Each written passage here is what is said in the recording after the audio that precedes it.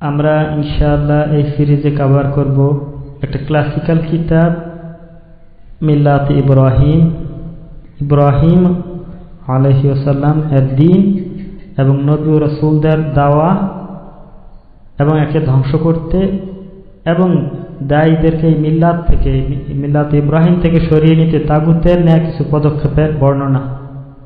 এই কিতাবের লেখক হচ্ছেন আবু মুহাম্মদ আসিম আল মাকদিসি, আল্লাহ ওনাকে প্রটেক্ট করুন। এটা অত্যন্ত গুরুত্বপূর্ণ একটা কিতাব, তাওহীদ সংক্রান্ত একটা ইউনিক কিতাব, দাওয়া সংক্রান্ত একটা ইউনিক কিতাব। অনেক বেনিফিট হবে আমরা যদি এই কিতাবটা যথাযথভাবে এটাকে অনুসরণ করি ইনশাআল্লাহ। আমরা ইনশাআল্লাহ এই শেখ আবু মুহাম্মদ আসিম আল মাকদিসি ওনার লাইফ হিস্ট্রি, ওনার জীবনী, এটা ইনশাআল্লাহ আমাদের লেকচার সিরিজের সর্বশেষে আলোচনা করব। আমরা ওই আলোচনায় দেখিয়ে দেব ইনশাআল্লাহ যে উনি এই কিতাবে যা বলছেন উনি বাস্তবে ওনার লাইফেও তা বাস্তবায়ন করে দেখিয়েছেন। এটা একটা উত্তম দিক আলহামদুলিল্লাহ যে আল্লাহ সুবহানাহু ওয়া তাআলা এর কথা বলা পছন্দ করেন যেটা নিজে করে না, এবং যে নিজে করে এবং অন্যদেরকে উপদেশ দেয়, এই উপদেশ এবং এই কথার মধ্যে অনেক বারাকা নিহিত থাকে এবং আল্লাহ এই কথাকে প্রতিষ্ঠিত করেন। তো আমরা ইনশাআল্লাহ এই শাইখের জীবনী থেকে আমরা পরবর্তীতে দেখব যে আলহামদুলিল্লাহ মানে আল্লাহ সুবহানাহু ওয়া তাআলা ওনার এই কথাকে আল্লাহ সরিয়ে দিয়েছেন, যেটা ছিল নবী এবং রাসূলদের কথা। উনি ওনার জীবনে মিল্লাত ইব্রাহিমকে অনুসরণ করে আমাদের জন্য বাস্তব দৃষ্টান্ত স্থাপন করেছেন, আমরা যেন এটার অনুসরণ করতে পারি। তো এই কিতাবের প্রথমে তিনি চরমপত্র এই শিরোনামে বলেছেন, হে তাগুতের দল, অত্যাচারী ও সীমা লঙ্ঘনকারী শাসক গোষ্ঠী, হতে পারো তুমি আজকের তাগুত অথবা আগামীকালের, হতে পারো তুমি কোনো শাসক বা নেতা, সিজার বা কিসরা, ফিরাউন বা নমরুদ, তাগুতের কর্মচারী, তাগুতের বেতনভোগী আলেম, তুমি হতে পারো তাগুতের আর্মি বা পুলিশ বা কোনো গোয়েন্দা সংস্থার লোক। তোমাদের সবাইকে বলছি শুনে রাখো, নিশ্চয়ই আমাদের কোনো সম্পর্ক নেই তোমাদের সাথে এবং আল্লাহকে ছেড়ে তোমরা যাদের ইবাদত করো তাদের সাথেও সম্পর্ক নেই, তোমাদের পৌঁছে যাওয়া আইন বা নীতির সাথে সম্পর্ক নেই, তোমাদের সংবিধান আর মূল্যবোধের সাথে, আর তোমাদের প্রচার মাধ্যমগুলোর সাথে, তোমাদের মিডিয়ার সাথে। আমরা আরও বলছি শুনে রেখো, আমরা তোমাদের প্রত্যাখ্যান করি আর তোমরা এক আল্লাহর প্রতি ঈমান না আনা পর্যন্ত আমাদের এবং তোমাদের মধ্যে চিরতরে শত্রুতা, বিদ্বেষ এবং ঘৃণা সৃষ্টি হয়ে রইল। অত্যন্ত সুন্দর, পরিষ্কার এবং স্পষ্ট এক ঘোষণা। অতঃপর তিনি এখানে কোট করেছেন ইবনে আল কাইয়িম থেকে একটা কবিতা, সুন্দর একটা কবিতা। এটা বাংলায় আমি বলছি, যতদিন তুমি আমাকে রাখবে এই দুনিয়ায় আমি চালিয়ে যাব জিহাদ তোমার শত্রুদের সাথে, আর তাদের বিরুদ্ধে জিহাদ করে যাওয়াই হবে আমার পেশা। তাদের শত্রুতা আমি প্রকাশ করে দিব সবার সামনে, আর প্রতিনিয়ত তাদের শক্তিকে খণ্ড বিখণ্ড করে দিব আমার ধারালো কথার দ্বারা। ধ্বংস হোক তারা, আমার রব তো জানে তোদের গোপন বিষয়গুলো, আরও জানেন তোদের অন্তরের সকল খারাপই। কারণ আল্লাহ তো অবশ্যই সাহায্য করবেন তার দ্বীনকে ও তার কিতাবকে আর তার নবীকে পূর্ণ জ্ঞান ও শক্তির দ্বারা। কেউ কখনো ভাঙতে পারবে না সত্যের এই স্তম্ভ, যদিও বা এক হয় সকল মানুষ আর জিন। এখানে কবিতার শেষ। এই কিতাবের ভূমিকায় তিনি বলেছেন, সমস্ত প্রশংসা আল্লাহর, যিনি মুমিনদের অভিভাবক এবং কাফেরদের পরাজয় দানকারী, আর সালাত ও সালাম সেই রাসূল সাল্লাল্লাহু আলাইহি ওয়াসাল্লামের প্রতি যিনি আমাদের আদর্শ, যিনি আমাদের স্ট্যান্ডার্ড, যিনি বলতেন যে নিশ্চয়ই আল্লাহ আমাকে তার খলিল বা অন্তরঙ্গ বন্ধু বানিয়েছেন, যেমনটি তিনি বানিয়েছেন ইব্রাহিম আলাইহিস সালামকে। এই হাদিসটা আসছে মুসলিম থেকে, জুনদুব ইবনে আব্দুল্লাহ থেকে বর্ণিত মারফু রূপে। লেখক বলেছেন যে শুরুতেই বলতে চাই, আমার এই বইটি মিল্লাত ইব্রাহিম আমি সম্মানিত পাঠকদের কাছে নতুনভাবে পেশ করছি। আসলে বইটি প্রকাশ হবার আগেই কিছু সংখ্যক উদ্যমী শাবাব তরুণ এর অসংখ্য কপি দুনিয়াব্যাপী ছড়িয়ে দেয়। মানে এর কারণ ছিল যে পাকিস্তানে আমার কিছু আলজেরীয় ভাইদেরকে আর পাণ্ডুলিপি দিয়েছিলাম। এটা ছিল আসালিব আত-তাওয়াত ফিল কয়দ লিল দাওয়া ওয়াদ দুআ নামক বইটির একটি অধ্যায়, যা আমি সংকলন করেছিলাম। ওই সময় আমি বিভিন্ন দেশে ভ্রমণ করার কারণে এটা অসম্পূর্ণ ছিল। সে অবস্থায় ওই ভাইয়েরা প্রথমবার বইটি প্রকাশ করে এবং সেভাবেই প্রচার লাভ করে। এরপর যখন আল্লাহ সুবহানাহু ওয়া তাআলার রহমতে আমার সুযোগ এলো, আমি এর প্রকাশের কাজটি সম্পূর্ণ করি। আর এই বইটির কারণে আমাকে বহুদিন তাগুতের ক্রোধের শিকার হয়ে জেল খাটতে হয়। শেষ পর্যন্ত তাদের ক্রোধ এতটাই চরমে পৌঁছায় যে কোনো ভাইকে অ্যারেস্ট করলে তারা এই বইটির কথাই জিজ্ঞেস করে। তারা এটাই প্রশ্ন করে যে তুমি ওই বইটা পড়েছ, অথবা তুমি কি আর লেখককে চেনো? এই প্রশ্নের উত্তর যদি হয় হ্যাঁ, এটাই তার জন্য প্রমাণ হিসেবে যথেষ্ট। এর মানে তুমি জিহাদি চিন্তার মানুষ, নিশ্চয়ই তোমার কাছে অস্ত্র আছে, কারণ আমরা যত সন্ত্রাসী গ্রুপকে ধরেছি সবার কাছে এই বই ছিল। তাই আবারও সেই আল্লাহর প্রশংসা করছি, যিনি এই বই তাদের গলার কাঁটা বানিয়েছেন। এই বই তাদের মাথার ব্যথা আর লিভারের আলসার। আর আমি আল্লাহর নিকট আশ্রয় চাই এবং তুমি এই সব তাগুতদের পাকড়াও করো সাদান, মানে আংটা আকৃতির কাঁটা দ্বারা। তিনি বলছেন বইটি পুনঃপ্রকাশের আগে কিছু সময় নেওয়ার অন্যতম কারণ ছিল এই যে আমি চেয়েছিলাম পাঠকদের মতামত উপদেশগুলো বিবেচনা করতে। আমার সবচেয়ে বেশি আগ্রহ ছিল ওইসব লোকদের মন্তব্যের ব্যাপারে যারা সব সময় এই দাওয়া এবং এই বইয়ের বিরোধিতা করার জন্য হা করে থাকে। কিছু একটা বিরোধিতা না করতে পারলে তাদের মুখ চুলকাতে থাকে। এরা বলেছে আমাদের মুখ দিয়ে নাকি এমন কথা বেরিয়েছে যা পূর্বে কখনো বের হয়নি। এটা একটা মিথ্যা কথা। এদের মধ্যে কেউ কেউ আবার এরপর জুমার খুতবাও দিয়ে ফেলেছেন। আমরা জানি আসলে সবসময় সত্যের বিরোধিতাকারীরা থাকে, শয়তানের দোসররা থাকে। তো তিনি ওই সব লোকদের কথা বলেছেন। তিনি বলছেন যে কুয়েতের এক মসজিদে এক খতিব সাহেব বলেছেন আমি নাকি বলেছি যে এই যুগে আমিই লেখক একমাত্র মিল্লাত ইব্রাহিমের উপরে, বাকি সবাইকে নাকি আমি কাফের ঘোষণা করেছি। সে আমাদেরকে এই যুগের খাওয়ারিজ ডেকেছে। এগুলো ছাড়াও আরো অনেক কিছুকেই তারা মিথ্যা বলতেছে আর বিভ্রান্ত করে সেই সব অন্ধ মানুষদের জন্য যারা তাদেরকে অন্ধ অনুসরণ করে। তবে যারা সত্যের অনুসারী, হেদায়েতের আলোতে যারা পথ চলে, তারা আমাদের ব্যাপারে জানেন এবং বুঝেন। তিনি এখানে একটা কবিতা সুন্দরভাবে উল্লেখ করেছেন, বলেছেন তাই তো কবি বলেছেন, আর আল্লাহ যদি প্রচার করতে চান একটা ভালো জিনিস যার প্রয়োজন সবার, তিনি তো জাগিয়ে দেন তার সেই বক্তাকে যাকে হিংসুটেরা হিংসা করে। এত দীর্ঘ সময় এবং এত অসংখ্য আগ্রাসী সমালোচকের দল থাকা সত্ত্বেও আমার কাছে সত্যিকার অর্থে বড় ধরনের কোনো অভিযোগ আসেনি, লেখক বলেছেন। যা এসেছে তা ওইসব আলেমদের তোলা খুচরা কিছু বিষয়, ঠুনকো কিছু বিষয়। আমি সেগুলো সার সংক্ষেপ তুলে ধরছি। তারা কি অভিযোগ করেছিল এই বইয়ের ব্যাপারে, আমার বক্তব্যের ব্যাপারে। তারা বলেছেন যে আমার ভাষ্যমতে ইব্রাহিম আলাইহিস সালামের মূল নীতি হচ্ছে কাফেরদের সাথে শত্রুতা পোষণ করা এবং সম্পর্ক ছিন্ন করা, কিন্তু আল্লাহ সুবহানাহু ওয়া তাআলা তাকে প্রশংসাকারী ও সবরকারী বলেছেন। তারা অভিযোগ করত কারণ তিনি লূত আলাইহিস সালামের কওমের পক্ষে নিয়েছিলেন যাতে সেখানে গজব না দেওয়া হয়। তাদের আরো একটা অভিযোগ হচ্ছে যে আমাদের পথ ও মিল্লাত হলো মুহাম্মদ সাল্লাল্লাহু আলাইহি ওয়াসাল্লামের পথ, আর ইব্রাহিম আলাইহিস সালামের মিল্লাত বা শরিয়াত পূর্বের শরিয়া, আর যারা পূর্বে এসেছে তাদের শরিয়াত আমাদের জন্য নয়। তাদের আরো অভিযোগ হচ্ছে সূরা মুমতাহানার যে আয়াতে মিল্লাত ইব্রাহিমের কথা বলা হয়েছে সেটা তো মদিনায় নাজিল হয়েছিল যখন দারুল ইসলাম ছিল। তারা জোর গলায় বলেছেন যে মিল্লাত ইব্রাহিম তখনই সম্পূর্ণ পালন করা যাবে যখন দারুল ইসলাম থাকবে। তারা আরো বলে, তাদের অভিযোগ হচ্ছে মক্কার মূর্তি ভাঙার হাদিসটা একটা দুর্বল হাদিস, এই হাদিসকে দুর্বল করেই যেন তারা এই বইটিকে অস্বীকার করার চেষ্টা করতে চায়।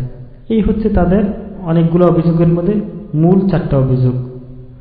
তিনি বলছেন, লেখক বলছেন আসলে এসব মামুলি যুক্তি দিয়ে আলোচনা করতে গেলে বইটির অসম্মান করা হবে। বিজ্ঞ পাঠকেরা যারা এই বইটা সম্পর্কে জানেন আশা করি সেটাই ভাবছেন। কবিও বলেছেন যত সন্দেহের অস্পষ্টতা আছে সবই তো চূর্ণ সারিবদ্ধ কাচের ন্যায়, সত্যের আগমনে এরা সবাই ধ্বংস। লেখক বলেছেন যে সত্যি বলতে কি কিছু সংখ্যক মহাবিষ্ট বোকা ছাড়া আর সবার কাছে এসব যুক্তির উত্তর মজুদ আছে, কারণ এগুলো খুবই দুর্বল যুক্তি। তাই আমি সংক্ষেপে এই অভিযোগগুলোর উত্তর দিচ্ছি। প্রথমত তারা অভিযোগ করে যে মিল্লাতে ইব্রাহিম আলাইহিস সালামের প্রসঙ্গে যে প্রশ্নটি তুলেছে তারা এ ব্যাপারে জবাব দিচ্ছি। মহান আল্লাহ সুবহানাহু ওয়া তাআলা সূরা হুদের মধ্যে বলেছেন, অতঃপর যখন ইব্রাহিমের সেই ভয় দূর হয়ে গেল এবং সে সুসংবাদ প্রাপ্ত হলো, তখন আমার প্রেরিত ফেরেশতাদের সাথে লূত এর কওম সম্বন্ধে তর্ক বিতর্ক শুরু করে দিল। বাস্তবিক ইব্রাহিম ছিল লাহালিমুন আওয়াহুন মুহিব, মানে সে ছিল বড় সহনশীল প্রকৃতির, দয়ালু এবং কোমল স্বভাবের।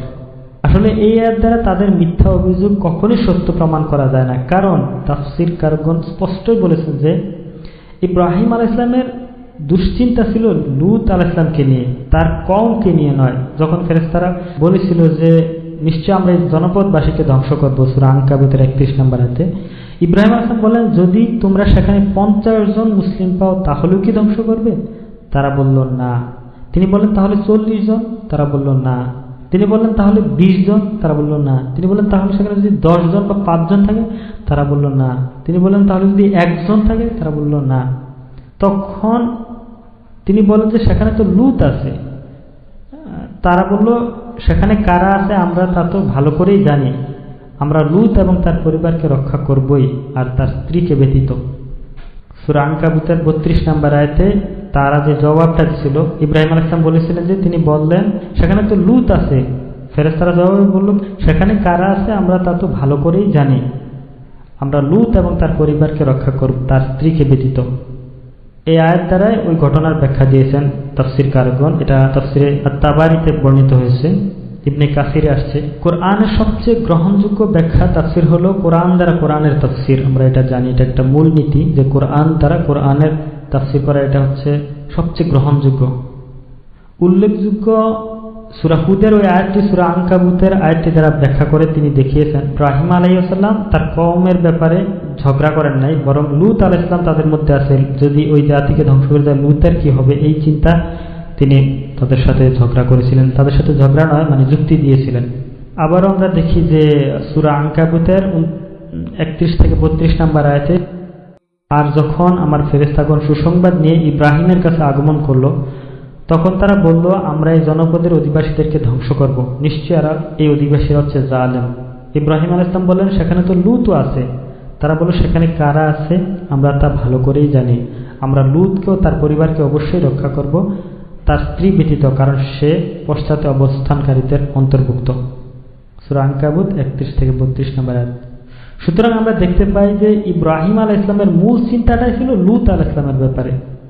লূত আলাইহিস সালামের জন্যই তিনি ফেরেশতাদেরকে বোঝাতে চাচ্ছিলেন এবং ফেরেশতারাও তাকে লূত আলাইহিস সালামের ব্যাপারে নিশ্চয়তা দিয়েছিল। তারপরও যদি আমরা একথা তর্কের খাতিরেও গ্রহণ করি যে তিনি লূত আলাইহিস সালামের কওমের ব্যাপারে ফেরেশতাদের বুঝাচ্ছিলেন, তাহলে আমরা কোন ব্যাখ্যাটা নিব?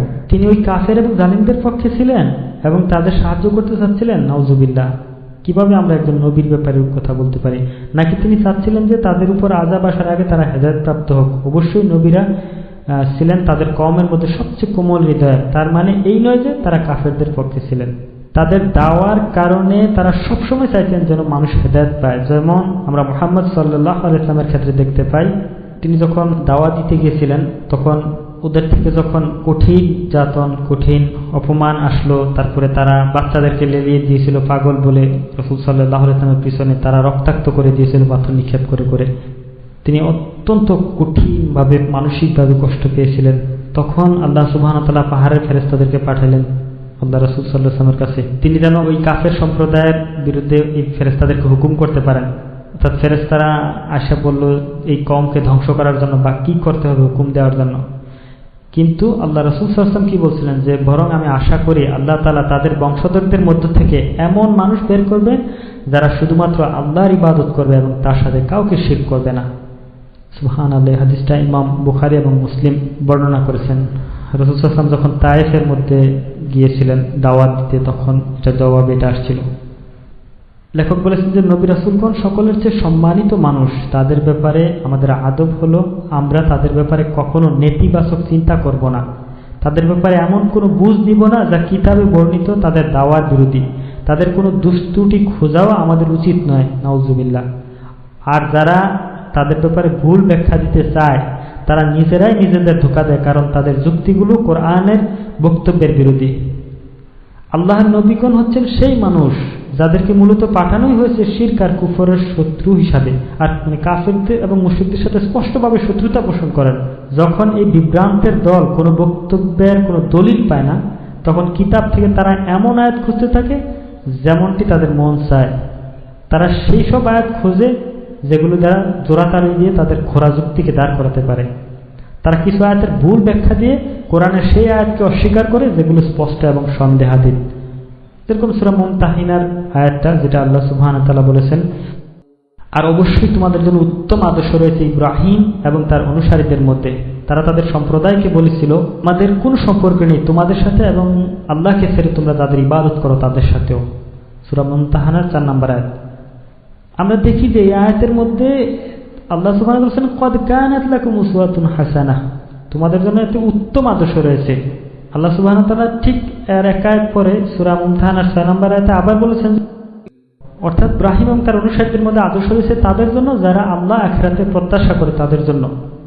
এমন স্পষ্ট আয়াত ছাইরা যদি তাদের খোরা যুক্তির পক্ষে তারা ওই আয়াতগুলো পেশ করে, এখানে আল্লাহ সুবহানাহু ওয়া তাআলা সূরা হুদের ৭৬ নম্বর আয়াতে বলেছেন, হে ইব্রাহিম এদেরকে ছেড়ে দাও, এদের কথা ছেড়ে দাও।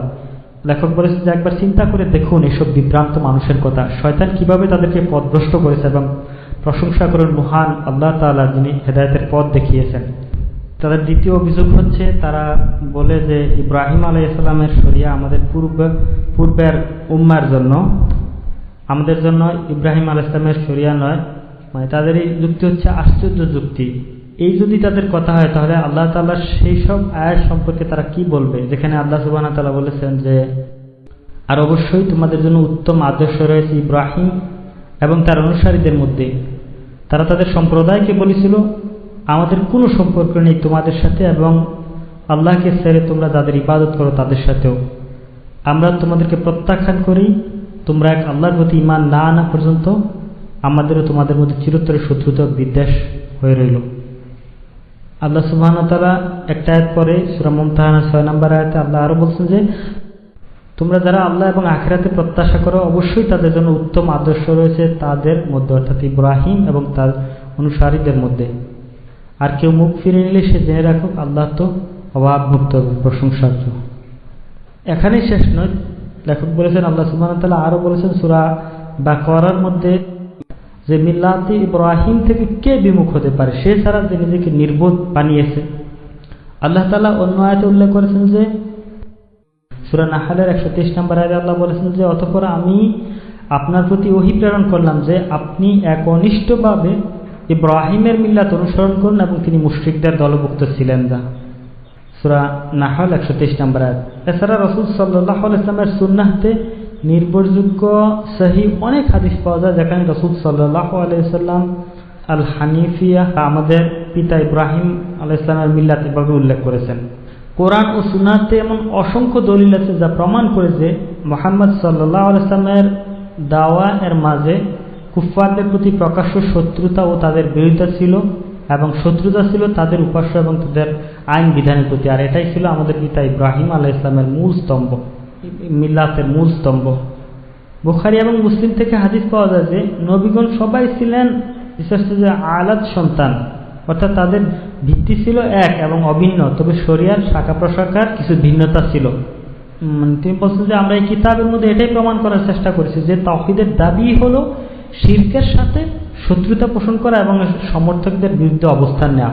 এক্ষেত্রে মানসুখ কোনো বিষয় নাই, কারণ এটা শরিয়ার বিষয় নেই যে পূর্বে শরিয়া বাতিল হয়ে নতুন শরিয়া কার্যকর হয়েছে, বরং এটা হচ্ছে অপরিবর্তনীয় তাওহীদের নীতি যা সকল নবী রাসূলগণ অনুসরণ করেছেন। অর্থাৎ একটা হচ্ছে যে দিনের কিছু মূল নীতি আছে যেটা সমস্ত নবী আদম আলাইহিস সালাম থেকে শুরু করে মুহাম্মদ সাল্লাল্লাহু আলাইহি ওয়াসাল্লাম পর্যন্ত সব নবীদের ক্ষেত্রে একই ছিল। শরিয়ার ক্ষেত্রে দেখা গেছে হয়তো বনি ইসরাইলের জন্য যে শরিয়া ছিল মুহাম্মদ সাল্লাল্লাহু আলাইহি ওয়াসাল্লামের উম্মার জন্য সেই শরিয়ার পরিবর্তন আছে। তারপর ঈসা আলাইহিস সালামের সময় হয়তো যে শরিয়া ছিল, এরকম মানে প্রত্যেক নবীর শরিয়ার ক্ষেত্রে ভিন্নতা থাকতে পারে, কিন্তু যেটা হচ্ছে দিনের মূল, এক্ষেত্রে দিনের ব্যাপারে সবার এক এবং অভিন্নতা ছিল, সেটা হচ্ছে শিরক এবং তাওহীদ। আল্লাহ সুবহানাহু ওয়া তাআলা বলেছেন সূরা নাহলের 36 নম্বর আয়াতে যে আল্লাহর ইবাদত করার জন্য এবং তাগুতকে বর্জন করার নির্দেশ দেওয়ার জন্য আমি প্রত্যেক জাতির মধ্যে রাসূল পাঠিয়েছি। সূরা নাহলের 36 নম্বর আয়াত। আল্লাহ সুবহানাহু ওয়া তাআলা আরো বলেছেন নবীদের দিন যে একই ছিল, এটা আরো পাই আমরা সূরা আম্বিয়া থেকে 25 নম্বর আয়াতে আল্লাহ বলেছেন যে আমি আপনার পূর্বে এমন কোন রাসূল প্রেরণ করে নাই তার কাছে এই ওহী ছাড়া যে লা ইলাহা ইল্লা আনা, আমি ছাড়া কোনো ইলাহ নাই, ফা'বুদুন, সুতরাং আমারই ইবাদত করো। অন্য আয়াতে আল্লাহ সুবহানাহু ওয়া তাআলা বলেন যে তিনি তোমাদের জন্য সেই দিন নির্ধারণ করেছেন যা তিনি নূহকে নির্দেশ দিয়েছেন এবং যা আপনার প্রতি ওহীর মাধ্যমে প্রেরণ করেছেন। আর আমি ইব্রাহিম আলাইহিস সালাম, অর্থাৎ এই আয়াত থেকেও স্পষ্টভাবে পাই যে নূহ আলাইহিস সালাম, ইব্রাহিম আলাইহিস সালাম, মুহাম্মদ সাল্লাল্লাহু আলাইহি ওয়াসাল্লাম একই দিনের অনুসরণ করেছেন। দিন শরিয়ার ক্ষেত্রে ভিন্নতা আছে, কিন্তু দিনের ব্যাপারে আল্লাহ একই হুকুম করেছেন যে এককভাবে শুধু আল্লাহর ইবাদত করা, আল্লাহর সাথে কাউকে শিরক না করা, যেটা ছিল সমস্ত নবীদের দাওয়ার মূল। লেখক বলেছেন তাদের তৃতীয় অভিযোগ হচ্ছে সূরা মুমতাহানার ওই আয়াতটা, যেটা সূরা মুমতাহানার 4 নম্বর আয়াত। এই আয়াতটা মদিনায় নাজিল হয়েছে, সুতরাং দারুল ইসলাম অর্থাৎ ইসলামী রাষ্ট্র ছিল, ইসলামী রাষ্ট্র ব্যতীত এই অনুসরণ করা সম্ভব নয় বা এরকম কিছু। এর উত্তরে লেখক বলেছেন যে এর উত্তরে আমরা বলতে চাই আল্লাহ তাআলা দ্বীনকে পরিপূর্ণ করেছেন এবং তার নিয়ামতকে সম্পূর্ণ করেছেন আমাদের জন্য। আমরা একটা পরিপূর্ণ দ্বীন পেয়েছি যা আমাদেরকে অনুসরণ করতে হবে। কেউ যদি অনুসরণ করার ক্ষেত্রে মাক্কি ও মাদানী আয়াতের মধ্যে পার্থক্য করতে চায়, তাহলে তাদেরকে এক্ষেত্রে দলিল পেশ করতে হবে। যদি তারা দলিল পেশ না করে তাহলে তারা মিথ্যুক সাব্যস্ত হবে। কারণ আল্লাহ সুবহানাহু ওয়া তাআলা বলেছেন সূরা বাকারা 111 নম্বরে যে আপনি বলুন যদি তোমরা সত্যবাদী হও তবে প্রমাণ নিয়ে এসো। সুতরাং তারা যে মক্কা এবং মদিনার মধ্যে পার্থক্য করতে চায় আয়াতের ক্ষেত্রে, শরিয়ার ক্ষেত্রে, এক্ষেত্রে তাদের দলিল পেশ করতে হবে।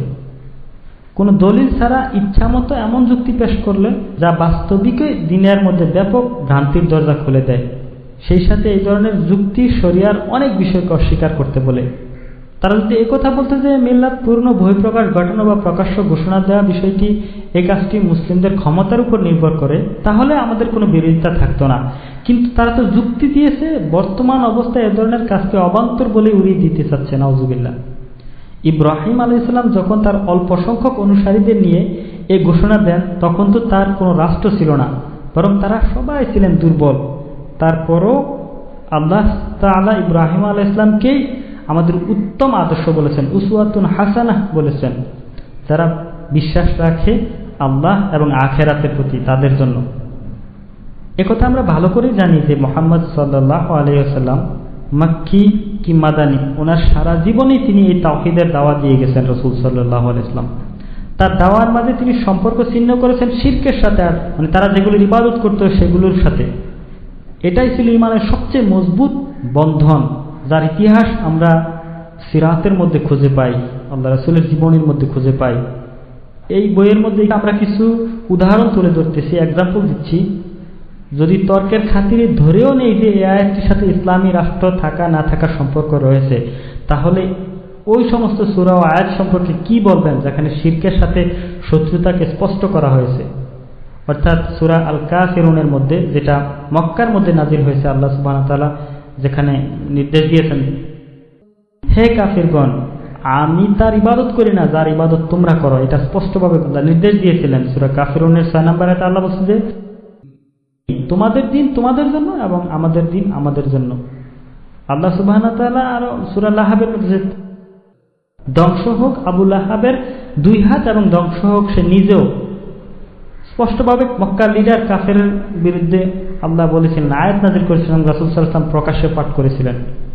এছাড়া ওই আয়াতের কথা চিন্তা করুন সূরা নাজমের মধ্যে, যেখানে আল্লাহ সুবহানাহু ওয়া তাআলা বলেছেন যে তোমরা কি ভেবে দেখেছো লাত ও উজ্জা সম্বন্ধে এবং তৃতীয় আরেকটি মানাত সম্বন্ধে, তোমাদের জন্য পুত্র সন্তান এবং আল্লাহর জন্য কন্যা সন্তান, এই প্রকারের বন্টন তো অসঙ্গত, এগুলো কতক নাম মাত্র যা তোমাদের পূর্বপুরুষরাও তোমরা রেখেছ, যার সমর্থনে আল্লাহ কোনো প্রমাণ নাজিল করেননি।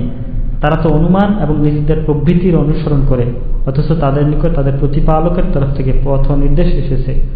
সূরা নাজমের 19 থেকে 23 নম্বর আয়াত। সূরা আম্বিয়া আয়াত দুটো একই কথা বলে তিনি বলেছেন।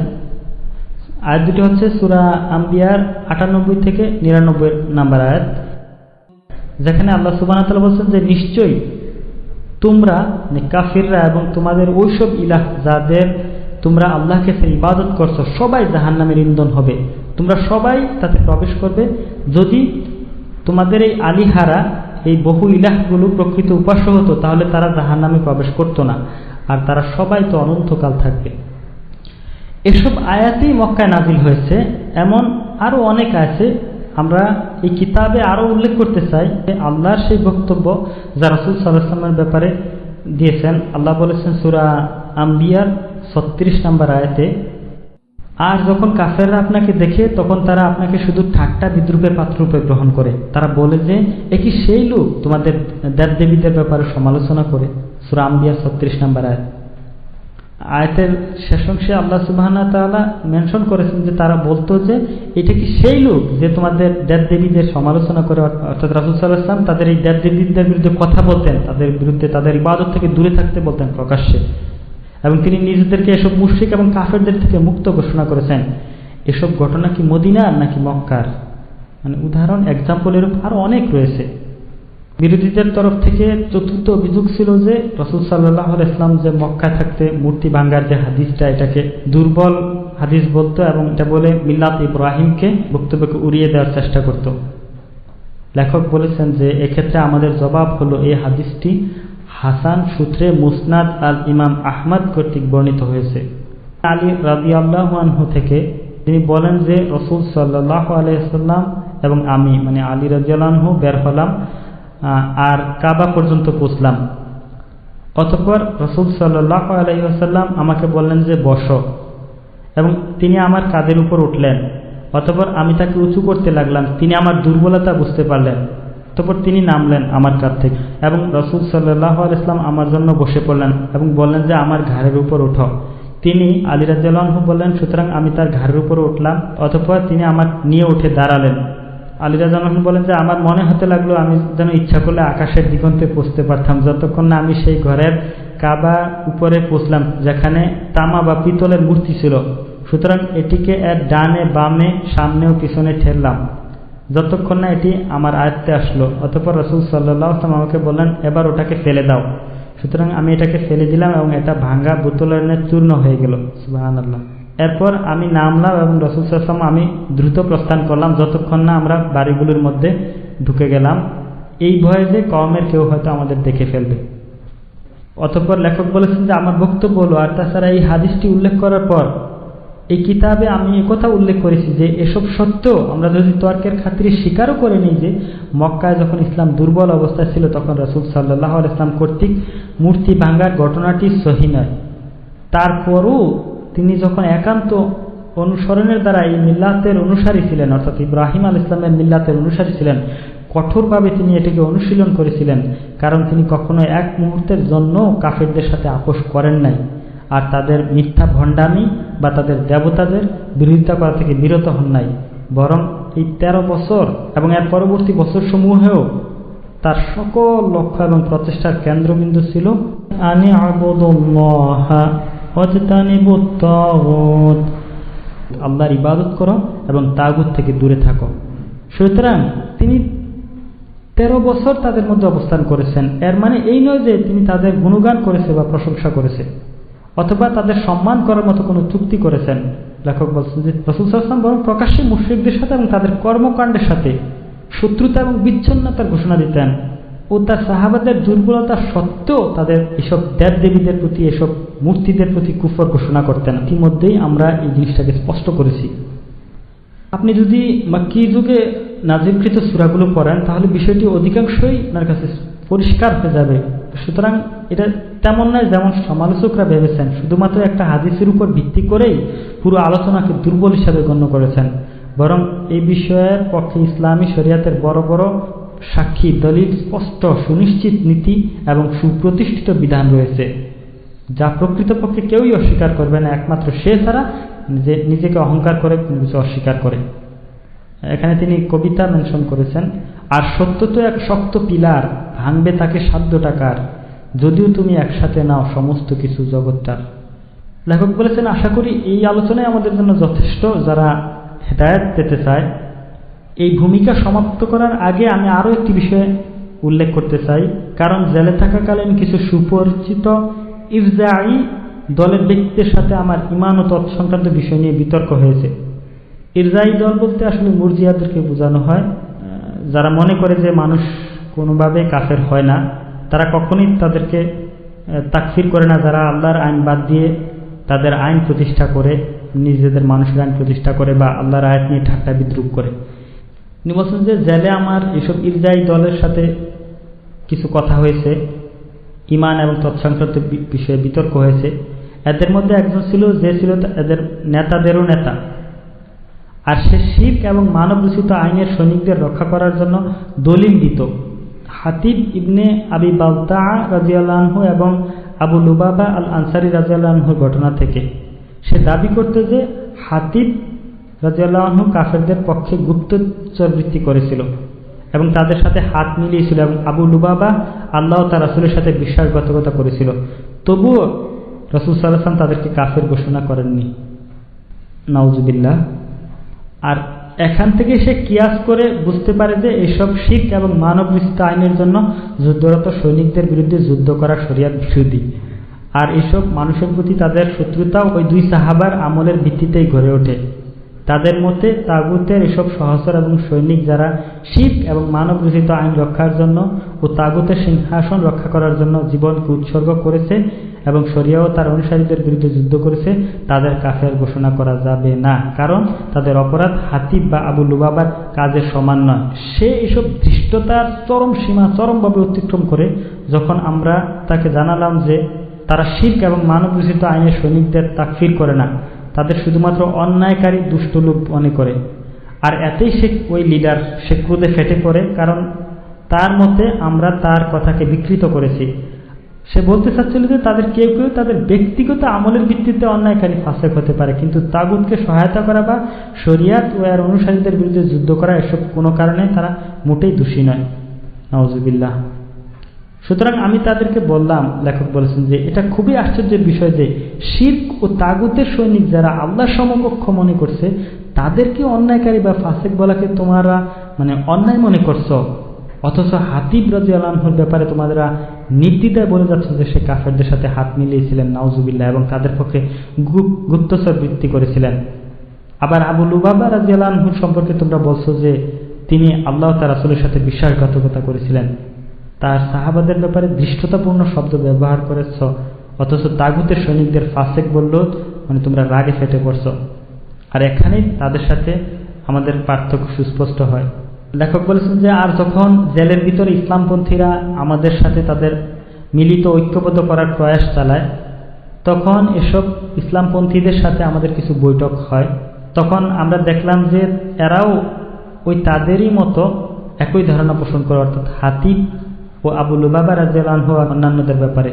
সুতরাং আমি তাদেরকে বললাম, সোজা কথা, তোমাদের সাহচর্যের ব্যাপারে, তোমাদের বন্ধুত্বের ব্যাপারে, সাহচর্যের ব্যাপারে আমাদের কোনো আগ্রহ নাই, কারণ রাসূল সাল্লাল্লাহু আলাইহি ওয়াসাল্লামের সাহাবাদেরকে ধোঁকাবাজ মুনাফিক বললে তোমরা সেটাকে অন্যায় মনে করো না, অথচ আল্লাহর শত্রু এবং তাগুতের সৈনিকদের শুধুমাত্র অন্যায়কারী বললেই তোমাদের কাছে তা অপরাধ মনে হয়।